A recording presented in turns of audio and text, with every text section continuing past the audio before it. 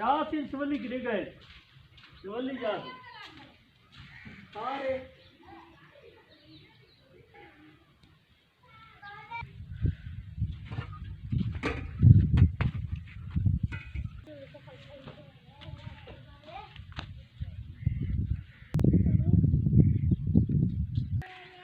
बना दे रेड़ा दी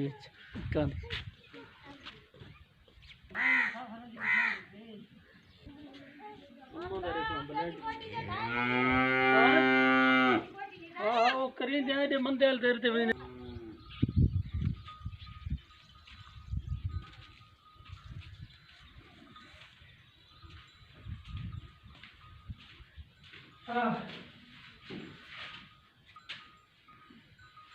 डेरा खान मोहम्मद आला बिंडिया आला गांवर आला कोरू बंब संदीला आला पींगलाड़ साध वाला सारे इतने बड़े नुकसान थे। आवाम शोरी बड़ी परेशान है। सारी अपील है वज़ीर आज़म ताई भाई कोई सारा हल कटो गरीब आवाम मरती पई इतने रखो हर कहते कच्चे मकान उठाए गए सारी कोई तहसील जो कोई ऐसी चीज़ कोई आवे सारा कोई हल कटे नहीं।